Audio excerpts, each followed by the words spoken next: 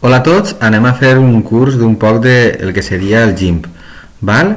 Per això, si no us apareix en principi el menú, una vegada obrim el GIMP, si no us apareix el menú, el que hem de fer és utilitzar lo de amagar acopladors o mostrar acopladors, val? Perquè de vegades quan inicieu el GIMP no us apareixeran.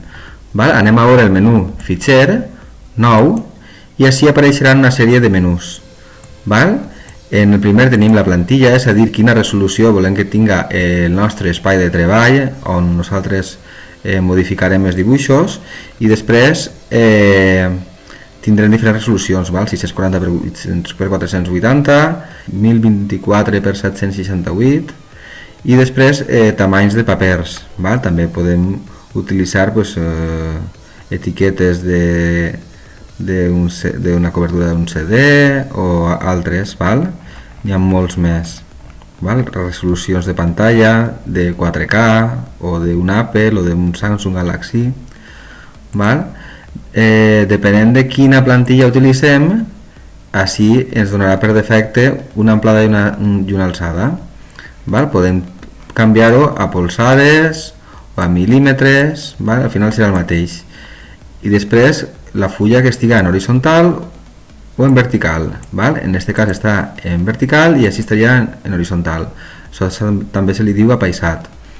En opcions avançades tenim la resolució, val? Si ens fixem, fica píxels inc, val?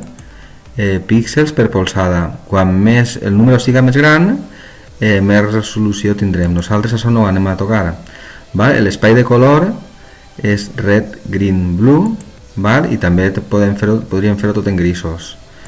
N'hi ha precisió de 8 bits, recordeu que és 2 elevat a 8, serien el número de colors que nosaltres podrem representar, val? Si jo poso la calculadora en programació i dic 2 i elevem a 8, podem representar 256 colors, val? Si eleve 2, anem a eliminar això que tenim així, val? Si jo eleve 2 elevat a 16, representaríem 65.536 colors, val? Anem a canviar-ho i, com us he dit abans en les classes normals, en 32 bits tindríem més colors dels que fan falta, val? Perquè el ser humà pot visualitzar, crec que és al voltant d'un milió de colors i aquest número seria molt més alt, val?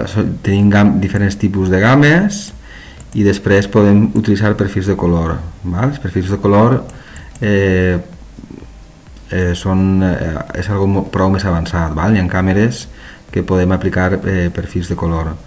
Després el color de fons, anem a començar en el blanc, però recordeu que també podem fer transparent. El transparent el visualitzaríem com una sèrie de caixetes, com si fossin els escacs, de colors blancs i negres, val? I això significa que és transparent. Anem a començar en el blanc i el comentari és el que tenim així, created with GIMP, val? Pues, puc ficar jo el meu nom, val? Com que és un dibuix meu. Li dono d'acord i a continuació apareixerà el que havíem demanat, val? 32 bits a 600 per 400 píxels, val? Ara amb això tindríem el primer apartat, val? Que sobretot és fitxer nou, que és el que estem veient ara. Tindríem suficient, val? Si de totes maneres fixeu-vos que si jo ara tanco tot o tanque la visualització, tancaria i puc obrir-ne un de nou, posar per exemple 1600 per 1200, val? No vaig a tocar res més, d'acord? Fixeu-vos que és més gran, val? I ara el color de fons és el negre, per què? Perquè així tinc seleccionat el negre, val? Si jo el canvie, ho poso al revés, quan tanque, també puc tancar-ho d'ací, fitxer nou, posa per exemple l'A4, un full A4, mireu en píxels quan seria, 2480 per 3508, val? Puc ficar-ho també en apaïsat, d'acord? Això seria l'equivalent a una fulla.